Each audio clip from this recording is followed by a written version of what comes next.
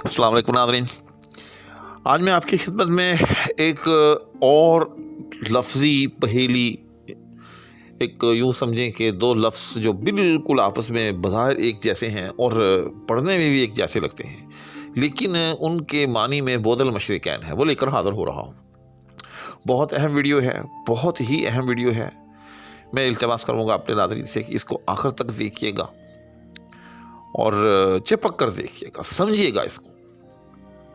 لیکن ویڈیو کی طرف بڑھنے سے پہلے ہمیشہ کی طرح آپ سے التماس کہ اگر کوئی صاحب چینل پر نئے ہوں تو مہربانی چینل کو سبسکرائب بھی کر دیں، ساتھ میں موجود بیل آئیکن کو پریس کر دیں۔ شکریہ۔ وہ دو لفظ ہیں ترس اور ترس۔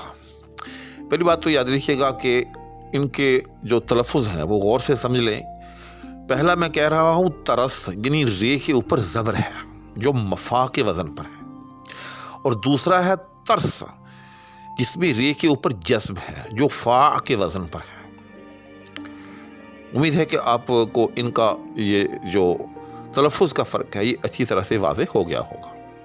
یعنی ایک کیا ہے ترس جو رے کے اوپر زبر ہے، اور دوسرا کیا ہے ترس جس میں رے کے اوپر جزم۔ تو سمجھ لیں کہ جس میں رے کے اوپر زبر ہوتی ہے اس کا مطلب ہوتا ہے رحم۔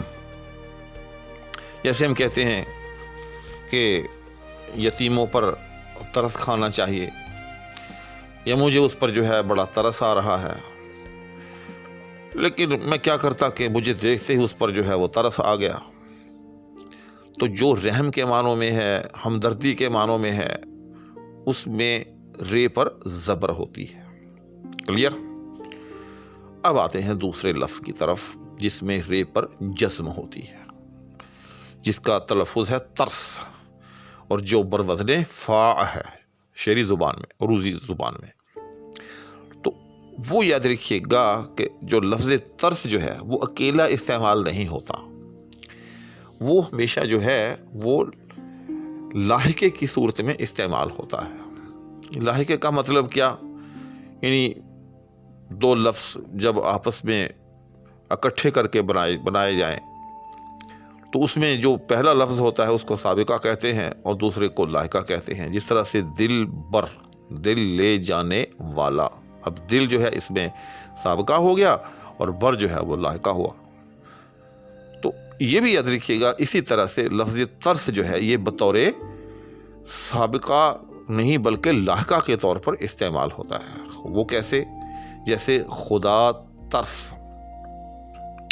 اور یہ جس لفظ کے ساتھ بھی استعمال ہوتا ہے اس کا معنی بنا دیتا ہے ڈرنے والا، یعنی اس چیز سے ڈرنے والا۔ جیسے خدا ترس، خدا سے ڈرنے والا۔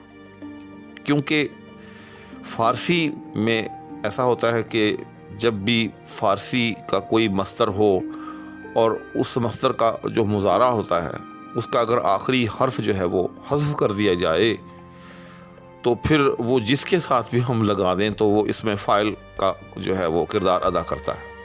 ہماری اردو میں ہزاروں الفاظ جو ہیں وہ اسی طرح سے بنتے۔